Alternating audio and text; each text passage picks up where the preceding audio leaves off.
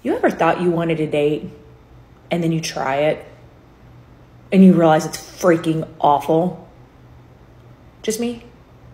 Because let me tell you, the dating pool is like swimming out through a cesspool and getting wrapped up in somebody else's freaking toilet paper all around your legs and feeling like you're going to drown in somebody else's shit. Welcome to Dating 2024. Do I have some story times for you? Oh, behave. Oh, dating in your 40s isn't that fun anymore, is it, Queen? Guess what? Men have flipped the script on you, Queens. You think that it's like crap, like getting wrapped in toilet paper? Congratulations. You know how dating has been like since day one for men. Except the difference is, from here on out, you have to deal with it. If the dating pool was more like a sewer, guess who did all the flushing? That would be you, Queens. Hey, you could argue that it takes two to tango, but let's be honest here. Women are the ones who set the pace for the dance. They're also the ones that choose the music. Men are just in there to do their grinding and then peace out. I mean, if you ladies didn't want to go through the hassles of modern day dating, why don't you stick it out with the man that you chose in the first place? Oh yeah, I forgot. Hypergamy. You queens deserve more. I guess in your opinion, you deserve the 2-ply, so you can get a better wipe out of it. Before we move on, I want to bring attention to the fact that 79% of my viewers are not subscribed to my channel. Come on, fam. You've seen my logo on other channels, and you're already here. Please hit that subscribe button and support the channel. It really helps out. Moving on.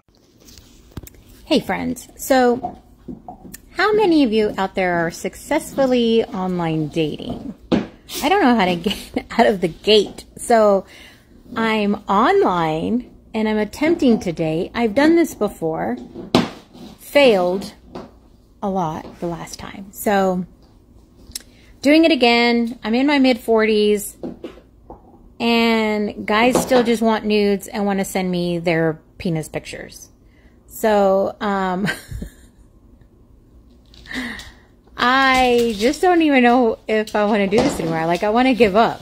Anybody else in their mid-40s feeling the same way? Any tips for online dating? Share them. Thanks. Have a great day. Show of hands for everybody who knew. Bingo. Whoa, ho. She doesn't know how to date. The tables have turned there, huh, Queen? The dating market is not like when you were in your 20s, now is it? This is why it's so difficult for women. Because when you decide that you need to find yourselves again and get back out there on the carousel, big frickin' surprise, you get hit with reality. As dating in your 40s is not going to be like dating in your 20s. And most women don't implement expectation management. Why? Because most women have dated on easy mode since day one. They're the ones who've gotten approached. They didn't have to learn how to approach a man. And men gave them everything they wanted because they were young and beautiful. But now that their tacos are more akin to roast beef, men are just looking at them like, okay, well, smash session, that's about it. And I'm pretty sure that queens like this one want a relationship. There's nothing wrong with that, but the point is, you have to put in the work now. Even a plain Jane like this one gets at least some attention on dating apps, even if it is a D-pic. Hey, work with what you got, sister. There's only so far you can get with those wrinkles. So, when I was younger, I used to have this way of thinking that just because I was pretty, a man wouldn't cheat on me. Yeah, these men will f*** a corpse. And if you're not his type, you just not his type. And when you're not his type, people turn you every way but loose. If you got a question, if you his type, you not his type. So if a man ever show you or tell you you not his type, get away from him. Don't try to stick around and prove yourself or try to make yourself be his type. Just leave him. Because he is going to turn you inside out. Who hurt you? And you know what those type of men are called, Queen? They're called players. They're called Chads, Tyrones, Pookies, and Ray Rays. They're the ones that you select over the men that will be faithful to you, the average guys out there. Listen, the tables have been turned, especially in the last 15 to 20 years. Men are wising up to the game. Most men already know that marriage is a rigged game against them. They're going to lose a lot more than what they're going to get out of it. So as a result, marriage rates are super low. And if you throw on top of that, how the new dating hunting ground, aka dating apps, have developed. What do you think? These things are tailored to you women and the men are just going to sit down and say, oh, we lose? No. Men are hunters and problem solvers by nature. They're just going to figure it out, come up with a new strategy, and before you know it, this happens. Just because you're not his type doesn't mean he's not going to hit you up. You see, just like women want a man's resources, they want to be wined and dined and taken out and treated special, well, men have a want too. Specifically, the type of men you are describing here, Queen. And the irony of this whole thing is, you gave it to them. Moving on. It's amazing. I make a video telling men why your wife does not want to have bedroom intimacy with you. And I'm blunt and I say, it's because she doesn't like you. Maybe she hates you. And, you know, I try to explain that that's happening because of resentment and lack of emotional safety. And I've got hundreds of men doubling down that it's not that. That it's hormonal, that it's dopamine, it's every single chemical they can think of, or it's that she just doesn't like it anymore. So, ladies, I want you to chime in with your experiences. My experience in my marriage, I've always had a very high drive. And even during the pandemic, when my ex was working from home, I would think to myself, well, I could just, you know, barge into that office and get what I wanted. I didn't want it from him. I would still rather just take care of things on my own than to have him be anywhere within physical proximity to me, because that man had hurt me so much that I actually found him to be repugnant. I did not want anything having to do with him. If I would have never had to do that thing with him again, I would have been thrilled. The drive and desire was still there, very loud. But when it was either satisfy my desire with him or just deal with it, I would rather just deal with it.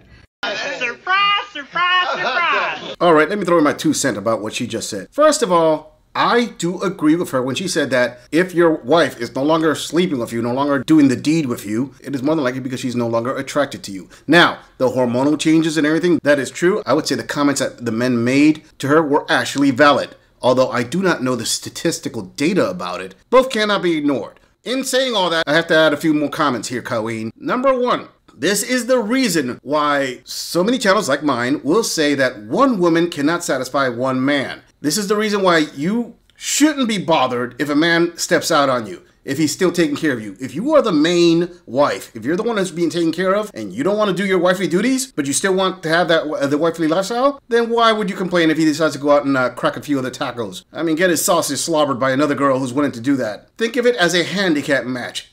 He's in there by himself and you tag in, tag out with another woman. Trust me, he's not going to complain about that one. Another thing that I would like to say is the attitude that women have of justifying them not doing their duties in the marriage because of their feelings. But like she said, her ex-husband was working long hours, working at home during the pandemic. He still had to provide his duties, but her duties were optional. She said that she was no longer attracted to her ex-husband. Hey, if that was the case, why don't you women get divorced, go on your way, and don't take any money or any alimony?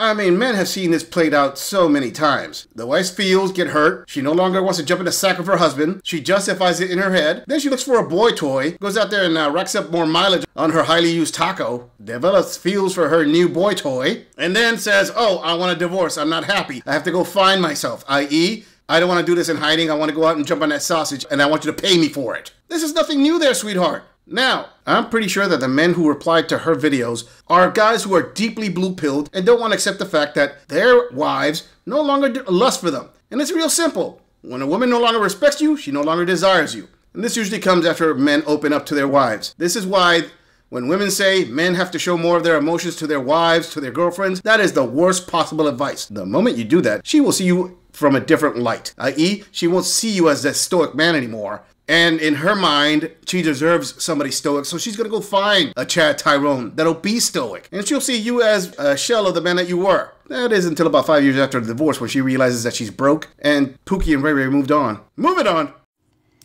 Maybe I'm the only one. And ladies and gents out there, please tell me if you feel the same.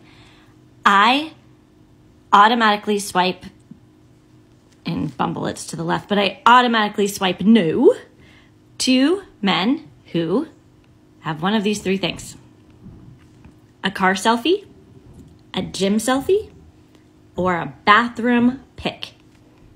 Mostly a selfie. I don't like to see any of those. Great for your chest or your tattoos that you're trying to show me in the mirror. Don't care. Glad that you exercise. Can probably tell anyway from any other picture.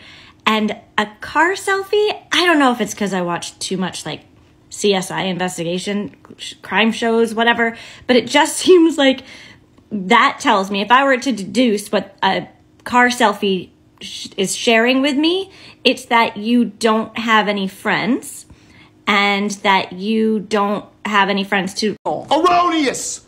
Erroneous! Erroneous on both counts. Oh, Lord. Okay, Queen, you're going to swipe away any men who have those 3 things on their dating profiles. Now, it could be argued 2 ways, either pro or against what she just said. Now let's go with the against, or what most men would actually think of what this woman just said. Number 1, you don't really have to worry about it because, trust me, you are not a top-tier choice. The guys that you pass up will probably look at your picture and say, oh, okay, next. Number 2, how many options do you actually think you have in your age group for a serious relationship? In being fair, the other side of the argument to her favor would be something like, I kind of get where she's coming from. You see, what she's trying to do in her own way is to weed out any of the bad boy type dating profiles. You know, a guy who's ripped, a guy who's got a sports car, although the bathroom selfie kind of baffles me a little bit. That to the side, with both points made, I only wonder if this queen has decided to date within her category, the men who are at her level. This is where I start to think,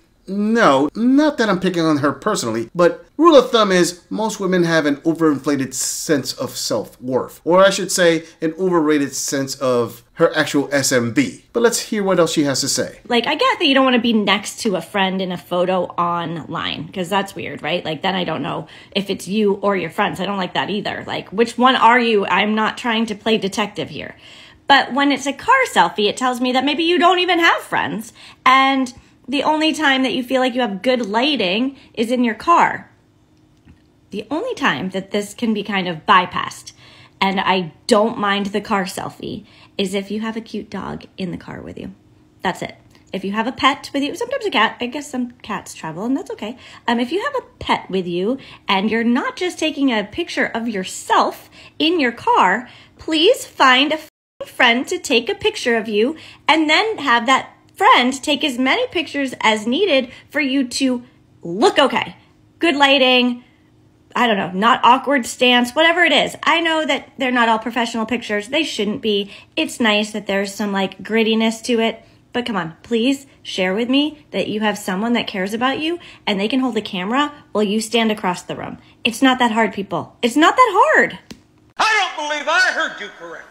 I have to say, that was the longest, most drawn-out way to say that you are trying to weed out anybody who's socially awkward. Okay, knowing that women put a lot of value into a support network or a social group, that explains a lot why she wants a guy that can show he is sociable, he has multiple friends. Although I would say, trying to figure that out just because the guy takes selfies or doesn't take selfies, that's not the best tactic there, Colleen. And having a cute dog or a cute cat, that's not really going to make much of a difference. I mean, there are men who have tons of friends and don't own any pets. But I have to give this queen some credit because she's trying to form a very rough, albeit misguided, baseline to try to get somebody who's more sociable. Now, here are a couple questions I have for you, Colleen. If a guy has a lot of friends and shows that he has high social value, what makes you think that you could retain a guy like that? Again, you can't flip the script on a guy like that. It's the other way around. He's flipping it on you. Let me put it this way. If a guy is highly sociable, which means that he's liked, it means that he has got a lot of charisma, which means that he attracts a lot of women. Even if he gets friend-zoned a lot, doesn't really matter. You're going to have some competition, either directly or indirectly. You meet a guy who's got a lot of friends, a lot of female friends. He's been friend-zoned by about a dozen female friends.